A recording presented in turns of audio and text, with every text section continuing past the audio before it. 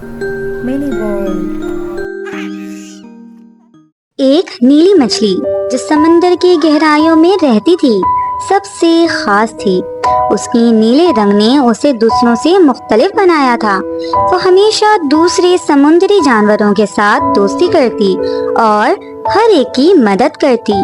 ایک دن سمندر میں طوفان آیا، تمام جانور خوف زدہ ہو گئے اور اپنی جگہوں پر چھپنے لگے۔ نیلی مچھلی نے فیصلہ کیا کہ وہ اپنے دوستوں کو محفوظ جگہ پر لے جائے گی۔ وہ ایک ایک کر کے سب کو بلاتی گئی اور انہیں ہمت دی۔